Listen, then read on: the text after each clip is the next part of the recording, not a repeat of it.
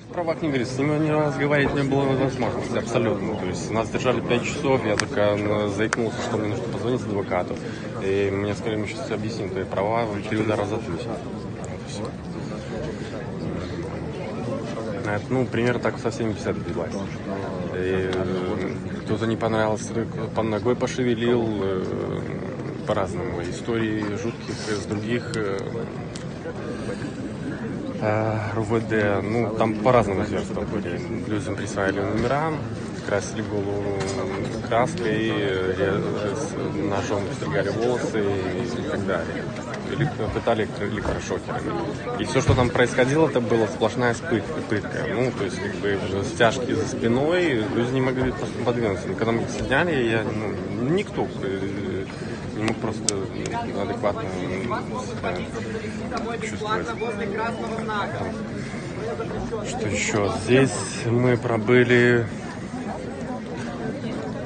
Так, да, меня привезли, мы были в дворике бетонированном, ну, это даже не камера была, нас было, помещение было 5 на 5, 25 метров квадратных, нас было там 120-125 человек.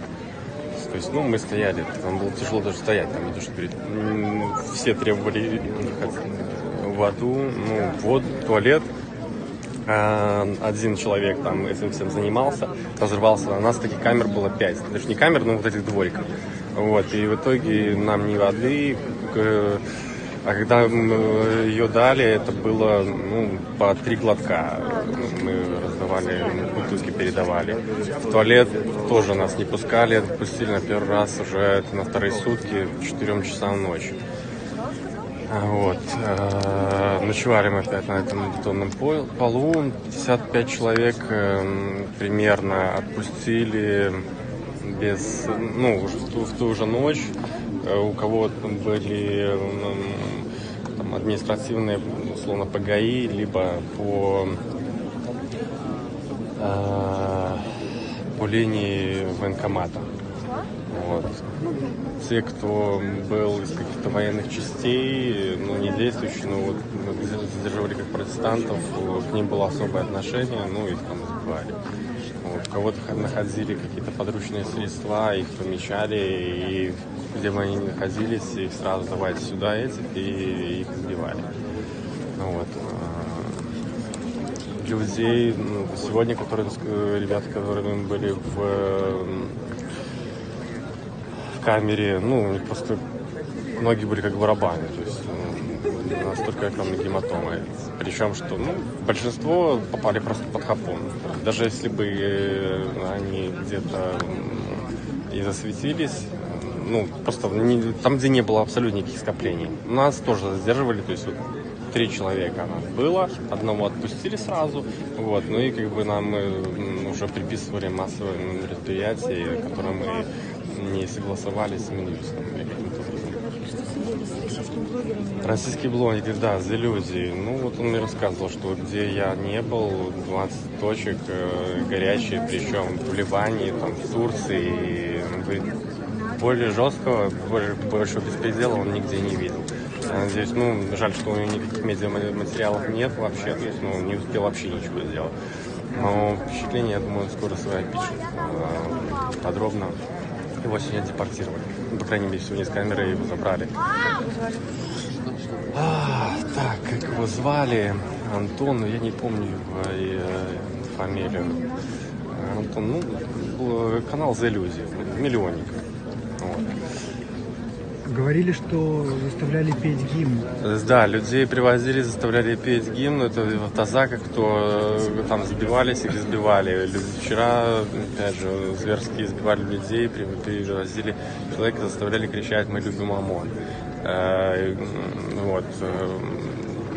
Рассказывали из других РУВД, там избивала девушка из ОМОНа. И у них это было просто как игра. Она бьет, говорит, давай я покажу, как надо. И вот так вот избивали людей. Пытки электрошокерами, угрозы девушек тоже, когда привозили, уже слышали крики зверские, угрожали, и, всякие мерзости говорили. Просто подавление моральное, эмоциональное. Вот. Про то, что вы говорили, там красили волосы. Да, людям мы красили волосы и в лицо баллончиками газа распыляли людей. И те, кого ловили в УАЗиках, еще травили газом прямо в машине. Скажите, это все было при задержании в РУВД, а внутри здесь как?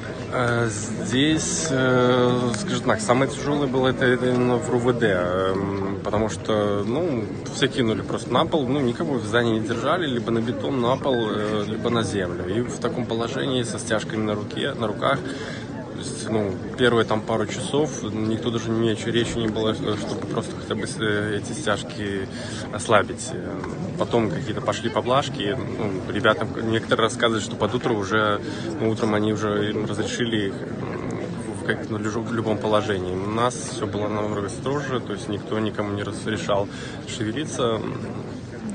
В аду, единственное, что можно было в аду попросить, это было легче, чем получить ее здесь. Потому что здесь мы были в дворике, 120 человек, помещение было 25 метров квадратных.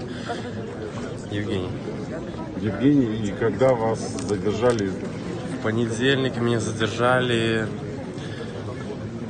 Партизанский проспект, за колхозным рынком. В протоколе написали, что меня задержали на станции метро Партизанской. Сейчас скажу адрес. Не вспомню. В общем, он был в километре. И там все равно не было нигде людей. Это был обычный хапун. Нам сегодня, который нас отпускал милиционер, говорил, что его тоже просто схватили по трибуну, и вот он тоже чуть не впал, не прошел через эту ситуацию. При мне парни, которого тоже все нагрузили, у него были вся голова красная. Кто расклеивал листовки, клеили на спины бумажки и так далее. Там... Бумажки? Да, листовки различные. Вот. Что еще? Но Крестина здесь не били сильно. Как сказать, вчера, которых привозили, в любом случае, меня судили, стоит судья, то есть вот идет процесс, и я вот из окна вижу, как людей привозят и бьют. Меня точно так же. То есть, у меня там, я пробежался, проходной удар, то есть ничего страшного там не произошло. Но отдельных, не то что отдельных, это не скажу, что какие-то были большие исключения, ставили в стенки и просто били. То есть не было такого, что проходи. На Крестина. Вот здесь, да. Вот. Что что это значит? Можете рассказать? Из автозака выталкивают и в здание, и стоит колонна людей и машет дубинками. Вас не били? Вас пугали? Нет. Я бы показал, боюсь, меня посадят. А уже выпустили. Посадят уже, они сами все. Вас уже выпустили. Не подходите близко, не подходите близко. Бля. Ужас.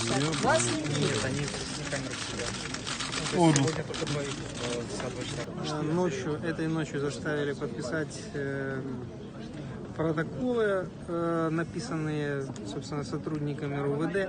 Никому не дали эти протоколы прочесть, подписать заставляли. Тех, кто не хотел, отказывался подписать, били и вынуждали в итоге. Вы запомнили судей, прокурора? Подписать. Нет, собственно, судебное разбирательство было прямо здесь. Это был конвейер, все было достаточно быстро. Я даже не уверен, что это был судья. В автозаке меня двое били. Трое стояло и двое било. Все в крови было. Стены, пол, руки у них тоже были в крови. Эти дубинки резиновые были в крови. Все было в крови. Что они при этом говорили? Что вот вам ваши перемены. Хотели перемен, добились перемен. Все равно, дети, женщины. Мы когда во второй раз пошли на митинг с подругой во вторник, со вторника на среду, женщину с ребенком просто за волосы тянули в автозак. То есть ничего никто не спрашивал. Но при этом с понедельника на вторник, когда я шла с работы, получилось так, что щиты, которые были там, они, получается, меня с подругой окружили, и когда побежал ОМОН стучал просто по щитам. У нас было 5 человек, просто окружили нас щитами. У нас девочек было, штук 6-7 в этом кругу.